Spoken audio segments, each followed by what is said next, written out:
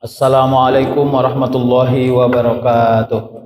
Saya tidak tahu bapak-bapak sudah nonton YouTube-nya atau belum, kesaksian seorang ustadz yang pada akhir sebelum dia ditembak itu, ustadz inilah yang memberi tausiah kepada Freddy Budiman. Semoga Allah melindungi kita ya. Saya begini, Freddy Budiman itu justru dia bilang saya bersyukur kepada Allah karena Allah memberitahu kapan saya wafat. Saya gunakan kesempatan itu untuk bertaubat, dan tidak semua orang Allah berikan kesempatan itu, Pak. Makanya kita tidak boleh sangka jelek kepada perjalanan hidup orang, serius, wallahi. Kalau hari ini kita diberikan Allah kekuatan untuk berbuat baik, maka yang kita minta sama Allah, ya Allah berikanlah saya ketabahan dan kesabaran agar kebaikan ini tidak pernah lari dari hidup saya. Karena kalau kita sudah capek jadi orang baik, Pak, rumit hidup kita ini. Karena potensi menjadi orang jahat menjadi tinggi. Tapi kan kita nggak boleh membanding-bandingkan mana lebih baik, Ustadz, orang baik yang capek atau orang jahat yang capek. Itu juga tidak produktif itu pertanyaan itu. Karena tetap kejahatan itu juga salah. Jadi jangan bilang biarlah saya capek jadi orang jahat, jangan begitu, itu juga salah. Apapun kejahatannya salah. Tapi menjadi capek jadi orang baik itu juga bahaya. Jadi dia 6 jam sebelum, kalau saya tidak silap 6 jam atau 12 jam, nanti silakan dicek di YouTube itu, katanya diberitahu bahwa 12 jam lagi mungkin akan eksekusi gitu ya. Dia kencangkan sholat taubatnya, dia kencangkan zikirnya. Ya, kalau menurut Ustadz itu antara dia sedih dan antara dia haru, karena tidak semua orang diberikan Allah informasi kapan waktu wafatnya, kira-kira gitu. Mudah-mudahan kita orang-orang yang husnul khotimah. Ya. Allahumma khtim alaina bi husnil khotimah wa la takhtim alaina bi su'il khotimah. Nauzubillah, kalau kita berada di su'il khotimah, bukan hanya azab yang datang, bahkan bumi ini pun seperti tak menerima kebaikan kita. Makanya saya mau ajak kita Bapak Ibu, bila kita bertemu dengan wafatnya seseorang, meskipun hina dia dalam mata kita, tapi kalau dia tidak meninggalkan keislamannya, saya ajak kita untuk bersangka baik kepada wafatnya. Karena sakit sekali wafat dalam keadaan yang tidak disaksikan kebaikannya. Kalau dia tidak meninggalkan Islamnya, meskipun cantik dalam ingatan kita bahwa dia adalah pelaku jahat, saya mengajak kita untuk memohonkan ampun kepada Allah atas dosa-dosanya. Itulah tabiat yang paling baik seorang muslim dengan muslim lainnya. Makanya di dalam hadis disebut ar-rahimuna yarhamuhumur rahman irhamu man fil ardi yarhamukum man fis sama. Walaupun ada yang menyebut ini bukan hadis ya. Saling sayang menyayangilah kamu di muka bumi ini. Ar-rahimuna yarhamuhumur rahman irhamu man fil ardi. Kalau itu sudah kalian lakukan, maka kasih sayang Allah dari bumi akan dinaikkan. Yarhamukum man fis sama, kasih sayang dari langit akan Allah turunkan. Lalu ditanya secara detail, bagaimana kasih sayang yang Allah naikkan dari bumi? Apapun yang kau pijak, perjalananmu, hidupmu adalah hidup yang tidak hina. Ada nggak orang yang banyak harta hina? Ada Pak? Siapa itu? Orang-orang yang dengan hartanya yang banyak, justru dia mendapati fitnah dari banyak orang. Ya, itu kan orang kaya yang sombong itu, kira-kira gitu. Hati-hati Pak. Ada nggak orang yang tidak banyak harta hina? Ada. Makanya kita diberikan Allah kasih sayang di muka bumi ini, apapun kualitas hidup kita, tidak ada orang yang memberikan hinaan kepada kita, memfitnah kita. Dan itu sebenarnya rezeki yang istimewa dalam perjalanan hidup kita. Ya. Ada nggak seorang anak yang memfitnah orang tuanya? Ada. Seorang orang tua yang memfitnah anaknya ada? Ada juga. Hati-hati, ini sebenarnya kalau mau berbincang tentang rasa kasih sayang yang kita punya karena Allah Subhanahu wa taala pasti kasih sayang yang tidak berbatas. Kalau besok anak kita sudah sukses, dunianya seperti tidak begitu banyak waktunya bersama kita, maka jangan fitnah anak kita. Kasihan. Ya, inilah anakku ini tak tahu diuntung ini. Jangan, itu fitnah. Tidak usah. Ya, azamkan dalam hati kita bahwa sejelek-jeleknya sesuatu yang kita alami dalam hidup kita, apalagi kepada anak dan keturunan kita, harus kasih sayang kita yang mengobatinya. Ya Allah, saya sayang sama anak saya ini. Walaupun dalam 2 tahun ini tak banyak waktunya menjumpai saya. Padahal dia ada di Medan, tak sempat dia ke rumah saya. Sebenarnya kalau mau baper-baperan, sakit hati saya. Tapi ya Allah, kuatkan hati saya untuk tidak merasa sakit hati. Berikanlah kepada anak saya kemudahan selalu dalam perjalanan hidupnya. Bisa nggak kayak gitu, Pak? Kalau enggak nanti kita tumpur, Pak. Tumpurnya gimana? Udah awak sakit hati gara-gara fitnah kita kepada anak kita pun menjadi tak baik hidupnya.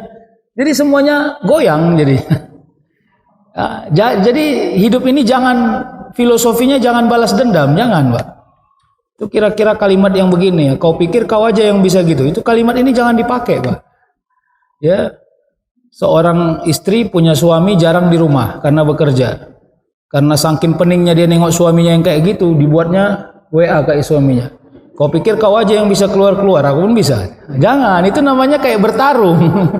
Rumah tangga itu tidak rivalitas. Rumah tangga itu kasih sayang.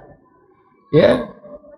Begitu Nabi Ibrahim diperintah Allah, dia pergi. Padahal saat itu Ismail sedang merasai lapar. Siti Hajar sedang menggendongnya. Sampai Siti Hajar bertanya, "Ya Ibrahim, ya Rasulullah, ya Ibrahim, ya Nabiullah, apakah kepergianmu sebab perintah Allah Subhanahu wa taala?" Lalu dia jawab iya. Begitu dia jawab iya, tidak lagi ngomong sedikit pun Siti Hajar. Karena dia tahu lebih istimewa hak Allah daripada hak manusia. Dan saat itu, kalau seandainya Siti Hajar baper, apa dia bilang? Kau pikir kau aja yang bisa pergi? Ya, aku pun bisa, aku tinggalkan aja lah anak ini, macam aku aja yang ngurus-ngurusinya. Bisa kan? Nah, inilah labil namanya. Berapa banyak sekarang, saya tidak tahu ya Bapak Ibu. Ini ambil iktibarlah kita. Seminggu ini berita tentang orang tua yang menyiksa anaknya cukup banyak. Saya termasuk orang, karena kajian saya kan di hukum Islam, termasuk hukum pidana Islam dan hukum perdata Islam, itu selalu saya amati berita itu. Selalu saja alasannya depresi sebab suami tidak bertanggung jawab atau suami kurang bertanggung jawab. Itu saja selalu alasan, dominasi alasannya itu. Tapi kok sasarannya anak gitu loh, itu maksud saya. Jadi yang saya paham, seorang ibu justru memiliki rasa kasih sayang yang tak pernah berbatas kepada anaknya.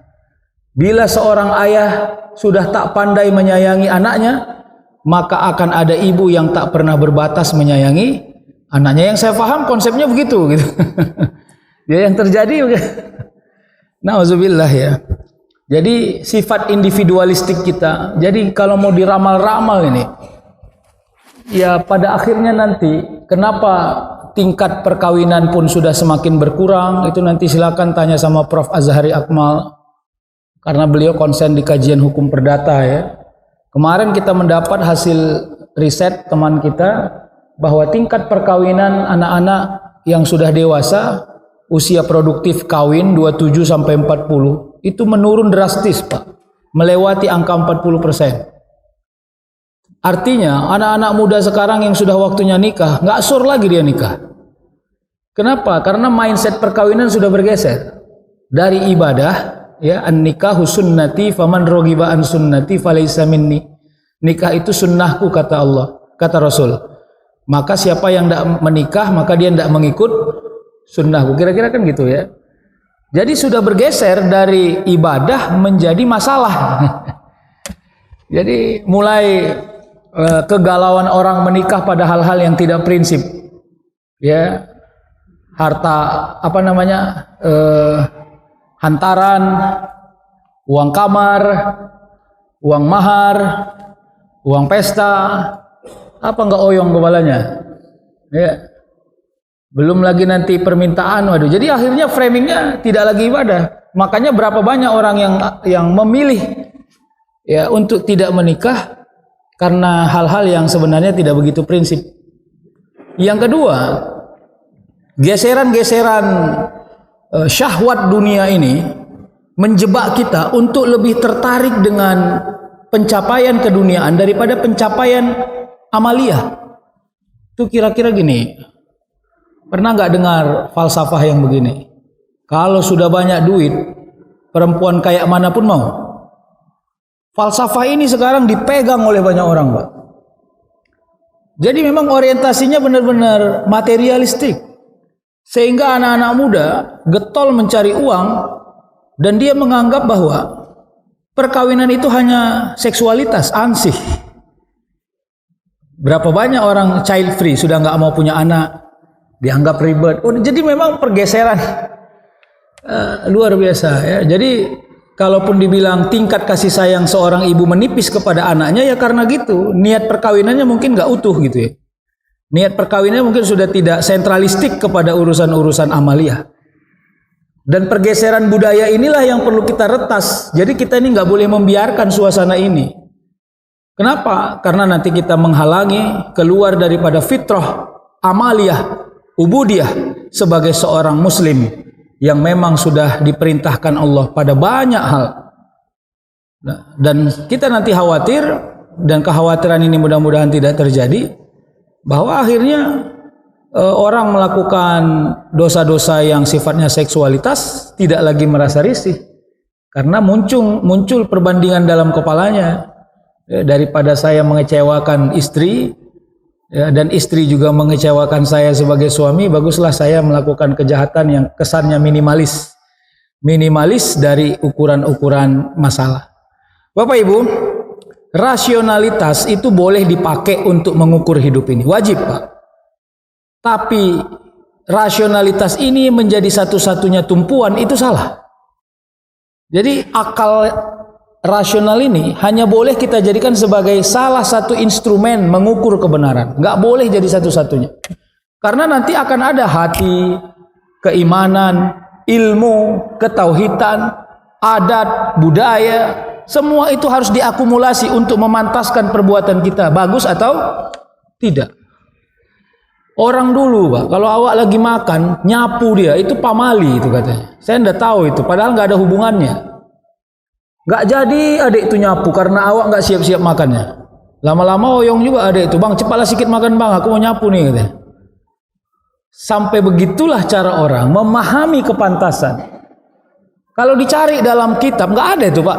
Jangan kau menyapu kalau lagi orang makan, nggak ada itu. Itu bicara tentang kearifan lokal saja. Bicara tentang hazanah kepantasan saja. Bayangkan kalau instrumen-instrumen itu sudah hilang dari diri kita. Lalu kebenaran yang kita ukur hanya ansih pada kebenaran rasional, maka kita akan kembali kepada zaman primitivisme.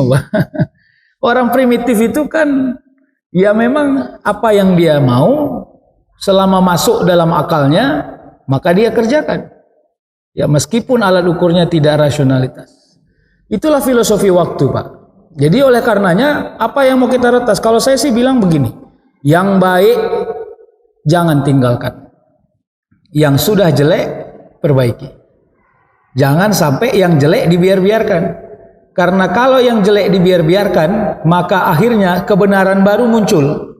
Apa kebenaran baru yang kita biar-biarkan itu? Ini yang menjadi kekhawatiran kita. Bapak Ibu, berapa banyak sekarang kejahatan-kejahatan orang yang dulunya kita risih, sekarang nggak risih. Ya, kalau ketemu dulu banci tahun 80, itu kan bancinya lari ya.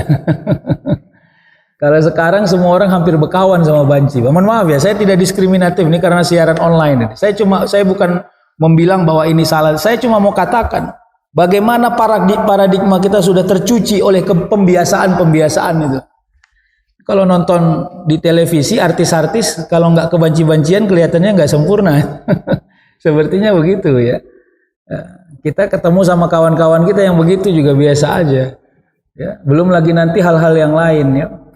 Jadi saya pernah dapat satu cerita, seorang ibu, dia memiliki anak laki-laki yang dandanannya seperti perempuan lah, kira-kira gitu. Dan ternyata setelah dandanannya seperti perempuan, dia ini beraktivitas dan banyak dapat duit karena dandanan itu. Dia menjadi makeup artist, dia menjadi itulah gitu-gitu ya. Akhirnya dia membiayai ibunya setiap bulan. Ya, ibunya hilang keperkasaan karena setiap bulan ibunya dibiayai oleh anaknya, kira-kira gitu. Hilang keperkasaan ibunya. Tapi di dalam hati ibunya tetap berdoa, bermunajat, sampai pada suatu hari menjelang hari raya, ya, ibunya membeli oleh-oleh untuk anaknya. Karena ibunya udah nggak sanggup bilang, nah janganlah kayak gini dandanan. Udah nggak sanggup mulutnya. Apa yang dia beli, Pak? Yang dia beli baju koko, bajunya laki-laki, sarung, ya, lobe apa peci, dia taruh di kamar anaknya.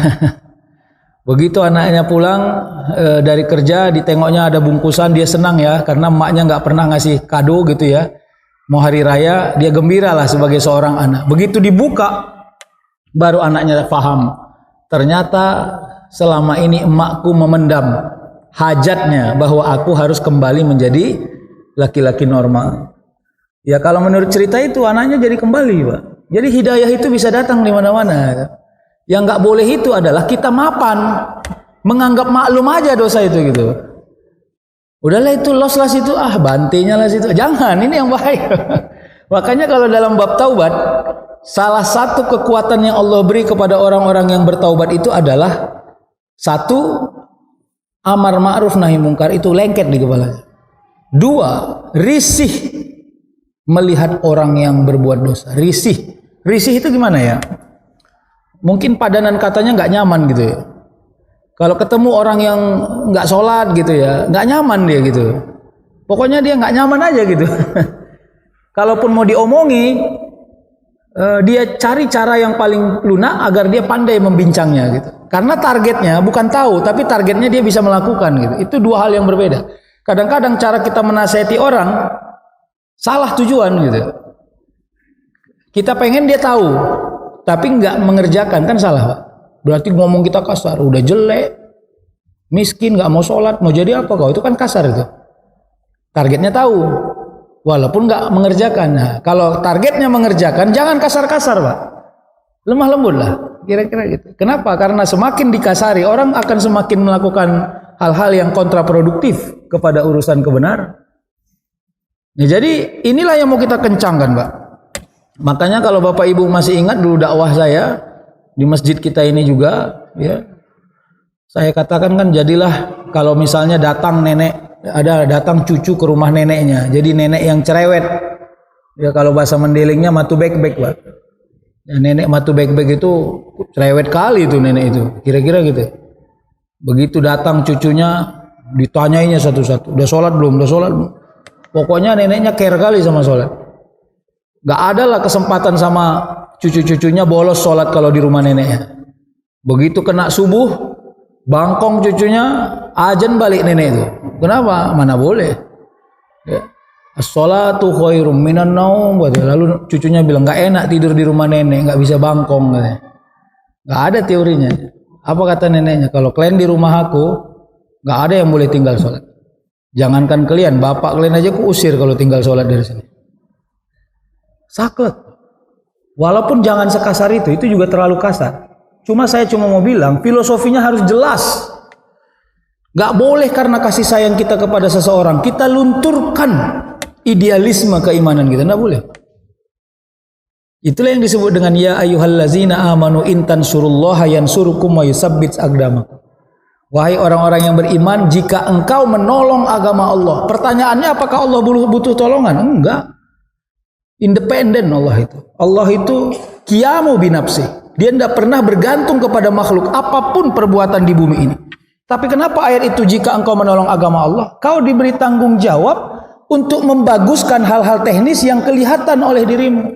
Tapi kalau engkau tidak mau tahu, disitulah engkau merasa remeh kepada agama Allah. Jika engkau menolong agama Allah, maka Allah akan menolongmu. Bagaimana? Ketemu sama orang yang apatis. Ayo bang, sholat yuk bang. kau aja lah sholat, aku sholat pun gini-gini aja hidupku, malas sekali aku katanya. Ayo jawab apa sama orang kayak gini? Ya udahlah bang, gak usah sholat abang, ku tengok pun gitu-gitu aja bang katanya. Itu kan menguatkan namanya. Ketemu sama kawan jadi lagi punya masalah, terus dia bilang, aku banyak kali masalahku ini, aduh mabuk lah aku dulu mabuk. Ayo sebagai friend apa bilang, ya udahlah mabuk lah kau ya, besok nggak usah ya. Nggak apa-apa, jangan, itu salah bang. Nggak ada pembiaran. Pada urusan-urusan yang batil, nggak boleh ada pembiaran pak. Walaupun setelah kita ngomong, tetap dia melakukan hal itu. Lemah kita, tapi setidaknya lengket di kepalanya. Kalau kita itu nggak pernah suka dengan punya kawan yang suka pada kezaliman, itu filosofi waktu yang paling kuat pak. Jadi kalau istilahnya begini, kata guru saya dulu di pesantren, jika engkau ingin mengakhirkan hidupmu pada setiap hari, makanya disebut wasabbihu bukrotau wa asila, bertasbihlah kau kepada Allah dari pagi dan petang. Makna tasbih itu adalah lisan-lisan yang manfaat kepada semua orang yang mendengarkan. Bila engkau ingin mengakhirkan hidupmu pada hari itu, tidur mungkin, istirahat mungkin, hanya dua hal yang bisa kau lakukan yang akan ada hubungannya kepada Allah Subhanahu wa taala. Satu, zikrullah. Yang kedua, jadikan akhir lisanmu adalah lisan yang nasihat kepada orang-orang yang terakhir mendengarkan ucapanmu. Jadi kalau ada seorang ayah mau tidur, terus anaknya belum tidur. Nah, ayah mau tidur ini. Awak belum sholat kan? Belum. Nanti sholat ya nak, jangan lupa ya. Itu kan lisan yang baik itu, akhir tidur dia. Jadi kalau tidak bisa mengakhirkan lisan dengan zikir, maka akhirkan lisanmu kepada orang terakhir yang mendengarkannya adalah lisan yang baik. Setidaknya engkau meninggalkan satu manfaat kepada akhir perjalanan hidupmu hari itu. Karena begitu kita sudah tidur, lewat semua. Itu yang saya katakan tadi, waktu ini tidak pernah berhenti meskipun kita sedang tidur. Makanya kalau baca buku Minhajul Abidin, kitab Minhajul Abidin katanya, makruh seseorang berlama-lama dalam tidurnya jika tak manfaat tidur itu. Ya, ini dalam hukum tasawuf ya. Kalau bukan dalam hukum fikih, kalau dalam hukum fikih tidur itu mubah, boleh saja. Kapan tidur itu menjadi berdosa? Kalau tidur itu merusak sholat kita, gara-gara tidur tinggal sholat kita. Udah tahu nyawa setengah jam lagi sholat zuhur, awak ngantuk berat, udah 16 hari nggak tidur-tidur, kan berat itu pak. Ya. Begitu tergeletak dia lewat terus. Maka kalau setengah jam lagi mau masuk waktu, jangan kau tidur dulu, sholat dulu. Kalau kau tak yakin bisa bangun. Sama, ada ustadz nanya, ustadz, itu kan sholat isya waktunya panjang. Ada orang yang mengamalkan pada satu thariqah tertentu. Memang ada thariqah tertentu yang mengamalkan sholat isya itu tidak di awal. Karena dia mengiringkannya dengan sholat-sholat sunnah qiyamul lail. Meskipun saya juga menganggap itu lemah riwayat itu atau amalan-amalan itu, karena sholat yang sempurna itu adalah sholat fi awwali waktiha. Meskipun pada waktu yang qasran, yang pendek, ataupun waktu yang panjang.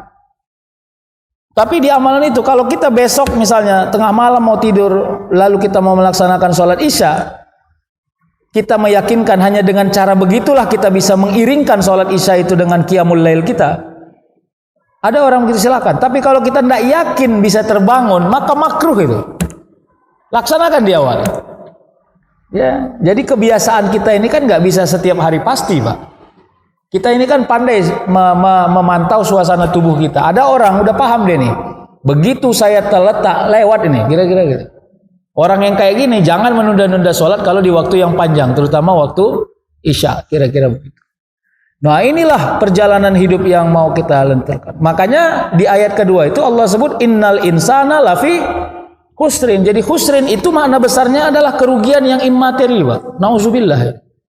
Ketika kita kehilangan kemampuan, ability, kesanggupan, maka semuanya kelihatan tidak berdaya. Meskipun kita kelihatan kokoh. Hati-hati. Ya. Begitu Allah berikan kita kemampuan untuk berbuat baik, maka jangan tunda kebaikan. Karena ada saatnya kita kepengen berbuat baik, kebaikan itu udah nggak bisa kita kerjai. Sebab harta udah habis, sebab tenaga udah habis, kira-kira gitu. Dan saat itu ya kita tinggal memilih aja. Jadi kerugian kita dalam hal-hal yang kualitatif adalah kehilangan kemampuan ya menghubungkan semua kebaikan dalam diri kita. Jadi tidak usah berhitung-hitung. kepada urusan kebaikan. Kebaikan yang minimalis ya. Saya ini tidak intervensi kepada siapapun. Tapi ingat, kebaikan itu bukan voluntary, Pak. Itu bukan sukarela. Itu sukarela itu terlalu rendah. Ya, Anda sholat duha hari ini. Enggak, Ustaz, lagi nggak ada waktu. Itu sukarela, Pak. Jadi kalau mau ngerjakan sholat duha, harus bertanggung jawab. Atas nama apa bertanggung jawab? Atas nama waktu yang Allah amanahkan kepada kita. Jadi jangan alasannya nggak ada waktu. Anda punya waktu. Anda tidak mampu memanagenya, itu aja ya yang benar. Jadi jangan dibilang nggak punya waktu, itu namanya kerdil itu. Jadi kalau orang sudah pandai memanage waktunya, apapun kesulitannya dia bisa kerjain. Ya, coba itu kadang-kadang saya kalau kajian-kajian tapi ini kan nggak boleh banding-banding ya, di tempat yang kelihatan sederhana lah ya, daerah-daerah. Waktu datang taklim, dibawanya anaknya 3 orang, Pak, naik kereta, mama-mama ini. 1 di depan, 2 di belakang. Keretanya kereta Mio Butut itu. Duduk dia, bayangkan itu ya. Kalau saya cuma bilang kan, kok hepot kali lah ibu ini. Mau dengar kajian aja bawa anak, begitu ditanya, kenapa bawa anak? Sekalian jemput tadi Ustaz, jemput sekolah.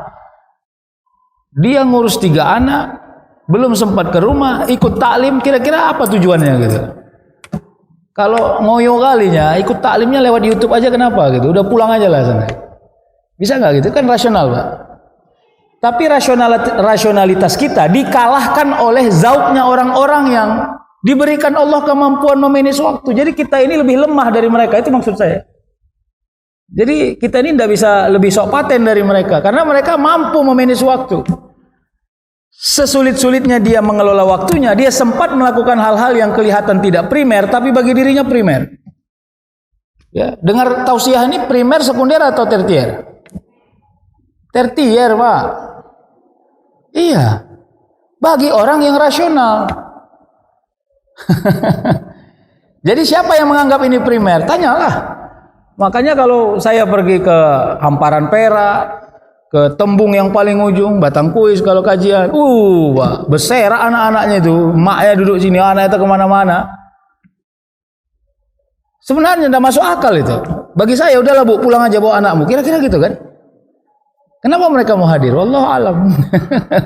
Kalau saya bilang Allah masih kasih ridho dia memanage waktunya, sesulit apapun dia punya waktu, Allah beri dia nih.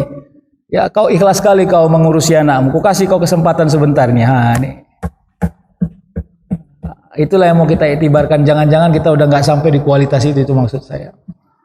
Ya kita ini kadang-kadang jadi kaum rebahan yang total. Gitu. Saya lebih tertarik mengajak kita untuk mengkritik diri kita sendiri, itu lebih bagus, Pak. Daripada kita evaluasi orang, terus kita kasih orang masukan, tapi kita tidak pernah memberi masukan untuk diri kita sendiri. Makanya Allah bilang innal insana lafi. Jadi kerugian itu jangan kau ukur sama pada hal yang materialistik, itu nggak bisa, itu bukan alat ukur. Alat ukur itu adalah kemampuan berbuat baik. Ya. Sedikit lagi ya, 24. Pembantu rumah tangga. Tuh kalau Bapak Ibu tuh. Udahlah di rumah dia nyuci baju, ini segala macam. Saya punya pembantu rumah tangga begitu, Pak. Kadang-kadang saya yang repot sendiri nengok dia, Pak. Tapi dia nggak pernah repot, Pak. Kenapa? Pak, bentar ya, permisi jemput anak. Pergi dia jemput anaknya dulu. Oh, mantar anak. Balik lagi dia ke rumah, Pak. Ngerti lagi. Pak, bentar ya, ngantar anak ngaji. Pergi lagi dia, Pak. Waduh. Kok nggak pingsan ibu ini, saya pikir. Saya bilang Allah kasih mahal dia punya waktu. Sama 24 jam. Kita dibuat sebagai kaum rebahan. Mereka dengan uang yang minimalis Allah buat banyak aktivitas. Yang boleh saja kualitas hidup dunianya tidak sepremium kita. Tapi kualitas amalnya boleh jadi mereka lebih energik dibanding kita. Saya kritik sosial saya kepada diri saya itu. Makanya kalau di kajian-kajian ibu-ibu, saya sering bilang, mama-mama, saya bilang, kalau banyak kali baju kalian di lemari itu, keluarkanlah dikit. Ini enggak, beli pandai, make enggak. Ya kan? Kalau di muhajirin enggak ada tuh, Pak. Mama-mama muhajirin paten semua. Kasih sama pembantu-pembantu kalian itu. Yang kadang dia tidak sempat memikirkan bajunya yang cantik karena dia mau menyekolahkan anaknya atau cucunya.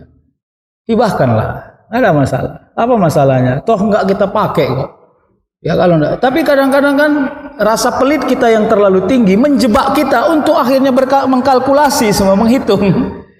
Ini dulu ku beli di Medan Mall mahal ini loh. Yang gitu-gitu itu kalimat yang muncul gitu. Sehingga akhirnya kita berhitung-hitung ya. Sehingga akhirnya semoga Allah memberikan kita kekuatan untuk pandai mengelola waktu. Dan kalau Allah memberikan kekuatan pandai mengelola waktu, orang nengok kita capek dengan aktivitas yang padat. Tapi Allah berikan kita kekuatan tak pernah rumit menjalani yang capek itu. Kenapa? Karena Allah stabilkan semua perjalanan zahir tubuh kita ini sehingga sampai kepada tujuan. Saya kira itu ya, mudah-mudahan Allah mudahkan semua urusan kita. Ya, semua orang ada levelnya. Ya, yang banyak harta mudahkan urusan orang yang sedikit harta. Yang banyak kekuatan tubuh jasmani mudahkan semua orang yang sudah tidak punya banyak kekuatan tubuh jasmani. Yang terakhir, ini masjid sudah cantik, tapi interiornya belum ada. Ya, jangan lupa bahasa Inggrisnya don't forget. Ya, jangan sampai saya 6 kali masuk kemari masih gini-gini aja. Ya, itu perlu dipertanyakan. Mudah-mudahan masjid ini bisa dimuliakan Allah dengan segala jamaah-jamaahnya. Demikian ya, nauzubillahi minasyaitonirrajim. Bismillahirrahmanirrahim. Alhamdulillahirabbil alamin wassalatu wassalamu ala asyrafil anbiya'i wal mursalin wa ala alihi wa sahbihi ajmain. Rabbana zalamna anfusana wa illam taghfir lana wa tarhamna lanakunanna minal khasirin. Waghfir lana dzunubana wa liwalidayna warhamhuma kama rabbayana shaghira. Lijami'il mu'minina wal mu'minat wal muslimina wal muslimat al ahya'i minhum wal amwat. Khususan fi ikhwanina al muslimina fi Palestin ya muzibas sa'ilin. Rabbana la tuzigh qulubana ba'da idh hadaitana wa hab lana min ladunka rahmah innaka antal wahhab. Rabbana atina fid dunya hasanah wa fil akhirati hasanatan wa qina azabannar. Subhana rabbika rabbil izzati amma yasifun wa salamun alal mursalin walhamdulillahi rabbil alamin. Taqabbalallahu minkum.